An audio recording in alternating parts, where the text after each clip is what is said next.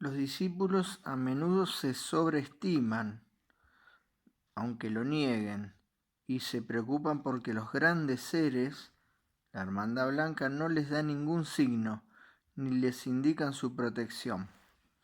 No lo harán ni necesitan hacerlo hasta que el aspirante haya utilizado plenamente el conocimiento que recibió de los instructores menores de los libros de las escrituras del mundo. Los estudiantes deben atender el deber inmediato, preparar su mecanismo para el servicio mundial y evitar pérdida de tiempo buscando un maestro. Deben tratar de lograr maestría donde actualmente son derrotados. En la vida de servicio y esfuerzo podrán alcanzar un punto tal de completo olvido de sí mismos que el maestro no tenga obstáculos de acercárseles.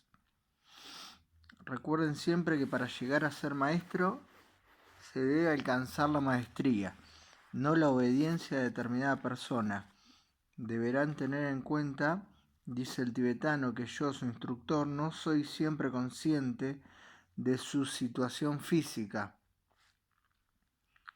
o de las acciones diarias. No me ocupo de los asuntos de la personalidad. Los aspirantes desorientados que afirman que los maestros ascendidos les dicen lo que deben hacer y los guían en asuntos personales están muy lejos del grado de discipulado aceptado. Recuerden que la luz brillará en la mente autocontrolada, libre del predominio mental de otra mente. Los discípulos deben saber que los maestros tienen 3 grados de trabajadores: los que llevan a cabo una difícil tarea en el mundo externo, materializando las formas por las cuales la jerarquía blanca de Shambhala puede expresar sus intenciones y establecer contactos humanos con los humanos. De estos discípulos hay muchos y hacen este trabajo por propia y libre elección, porque comprendieron la necesidad inmediata y futura de la humanidad y se comprometieron a servir. Luego tenemos a quienes actúan como vínculos entre los hermanos mayores de la raza, los maestros de sabiduría, que encarnan el plan divino, y los trabajadores ya mencionados. No digo que actúen como eslabones entre el discípulo y su maestro, porque en esta relación directa nadie puede intervenir, particularmente en las etapas más avanzadas. Sin embargo, este segundo grupo de discípulos activos trabaja como intermediario en la manifestación del plan divino en el mundo y está preparado para ir a cualquier parte cuando sea necesario, ayudando con su sabiduría y experiencia, complementando la capacidad de los trabajadores locales e intercambiando ideas. Cuando sienta la inspiración divina, recordemos que el plan es más real que los seres humanos mismos. Ya se han enviado algunos expresamente para acelerar el trabajo y aumentar la atracción magnética de esos centros a través de los cuales puede afluir la fuerza espiritual de la nueva era. Todo esto es preparatorio para un esfuerzo supremo de la jerarquía de Shambhala que planean hacer. Si ustedes allí donde están trabajan con absoluta entrega y consagración, dedicándose tiempo internándose en la causa, será posible preparar el terreno para que el futuro esfuerzo de los maestros ascendidos sea adecuado a la emergencia. El tercer grupo es el de los maestros y sus iniciados colaboradores. Actúan principalmente en el aspecto interno. Su actividad se reduce mayormente al plano mental y al empleo científico del pensamiento. Son los científicos. De esta manera guían a sus trabajadores y ayudantes e influyen y dirigen a sus discípulos activos y a los discípulos mundiales. Existe actualmente la intención interna de fusionar el acercamiento occidental y oriental con la sabiduría antigua, la jerarquía blanca y la ciencia. La colaboración y el recíproco intercambio de sabiduría y conocimiento son esenciales si queremos perfeccionar tal acercamiento a la jerarquía. Los objetivos de ambos métodos, el místico y el ocultista y el científico, son los mismos. La revelación de la unidad por el poder del pensamiento es la consumación gloriosa del trabajo de la hermandad. Pensamiento plano mental. Ustedes, iguales que los discípulos, responden a ello en los momentos de mayor elevación.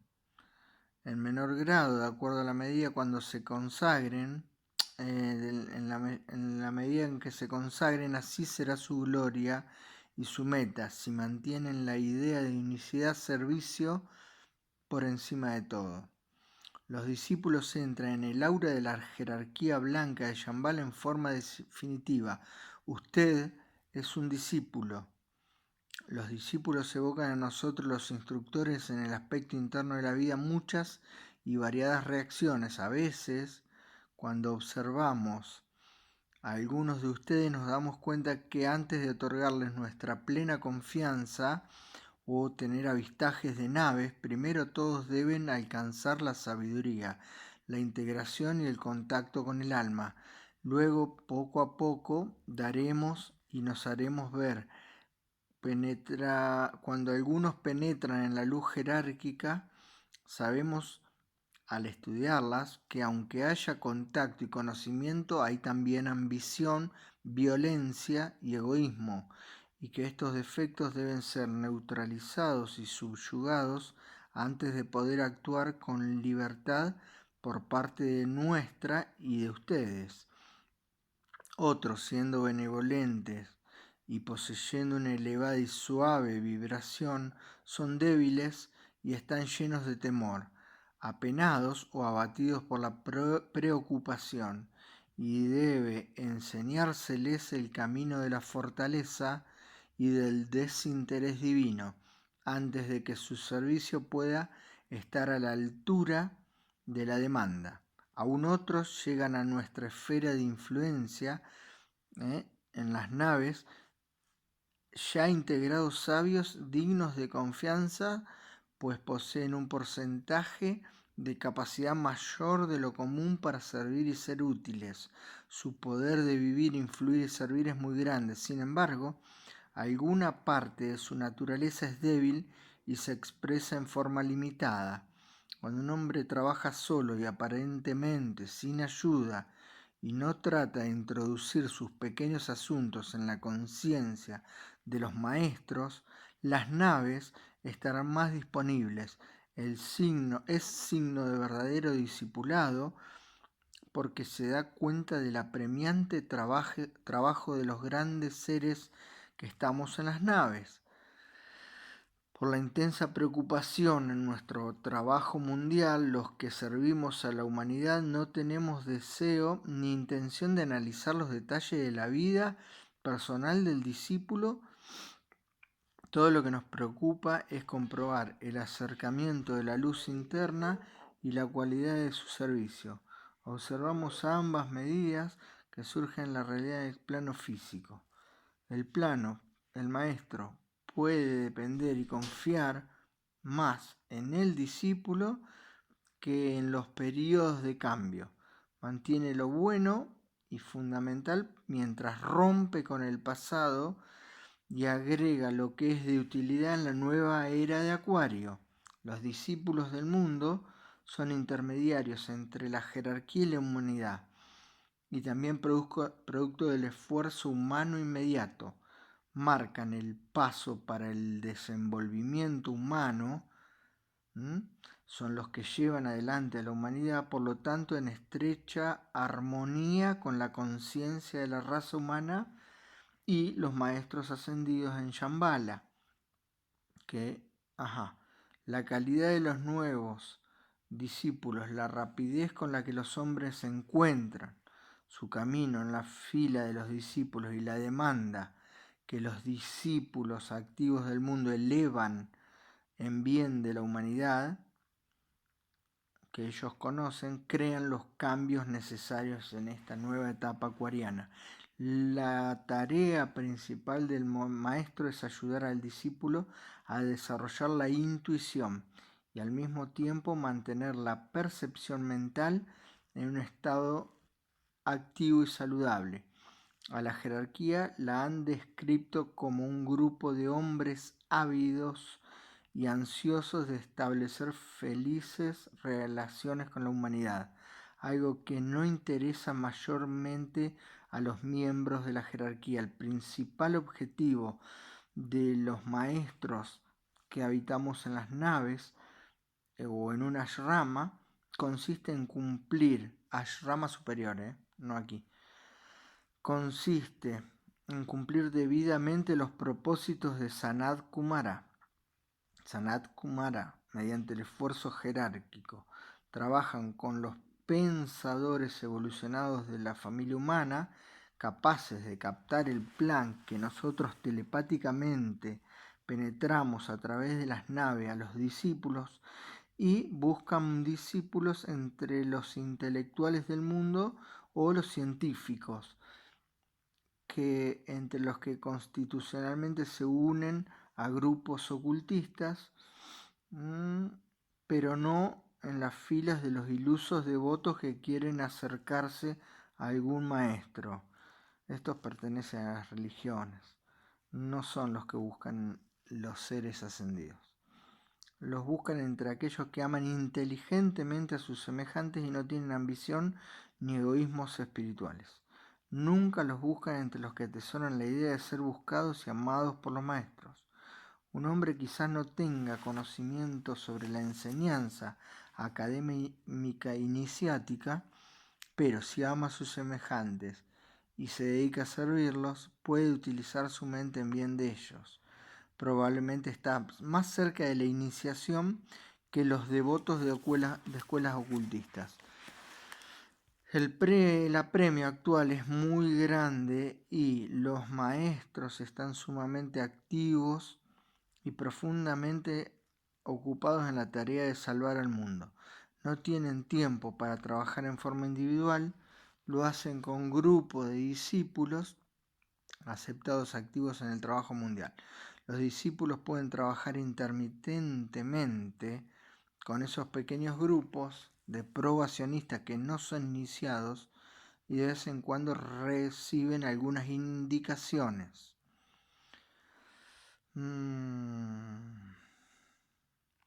La técnica principal de la jerarquía blanca es la de inspirar. Los maestros no dan conferencia ni enseñan abiertamente en las grandes ciudades. Actúan exclusivamente mediante sus discípulos e iniciados. No obstante, podrán en forma creciente aparecer entre los hombres y evocar reconocimiento a medida que la influencia de Acuario se establece más firmemente. Mientras tanto, los maestros deben continuar actuando dentro del silencio de la rama universal, como se lo denomina, y desde allí inspirar a sus trabajadores, que a su debido tiempo y manera inspiran al nuevo grupo de servidores del mundo. Quisiera intercalar aquí la observación de que hago sugerencias basadas en las experiencias del trabajo esotérico. No es obligación obedecer. Tratamos de entrenar servidores inteligentes de la raza que desarrollan mediante el esfuerzo autoiniciado la libertad de acción y el discernimiento en el método, y no por ciega obediencia, pasividad negativa ni adhesión incondicional. Recuerden esto. Si alguna vez el mandato surgido por los instructores, del cual soy humilde miembro, imparte una orden, que sea para seguir los dictados de la propia alma y las inspiraciones del yo superior. Les impartiré enseñanza a medida que evolucionen en su trabajo con la personalidad. Si se observan o no con ella es asunto de ustedes, algo que los discípulos de la nueva era deben aprender. No existe la obediencia oculta. Antiguamente en Oriente el maestro exigía esa obediencia implícita, ya no. Tal condición no existe. El maestro será responsable de ofrecer la oportunidad y la correcta enunciación de la verdad, nada más. Hablaré con franqueza, conozco a mis discípulos, dice el tibetano, pues ninguno ha recibido ni aceptado en mi ashrama si el instructor no ha hecho un profundo análisis de ellos. Transmitiré, son millones los discípulos del tibetano que está en la nave nodriza más grande de este planeta. Por lo tanto, no exijo ciega obediencia, sin embargo, si aceptan mis consejos y sugerencias, deciden por propio y libre albedrío seguir mis instrucciones, tendrán que hacerlo con exactitud. Tampoco deben esperar constantes resultados y fenómenos que han entorpecido siempre el curso y el progreso de los pseudo discípulos. Bueno, esta es la nave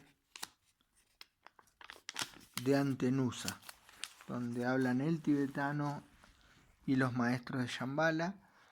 Trabajan en intermitencia con Erx, Uritorco. Bendiciones, yo soy Baba, avatar de Acuario.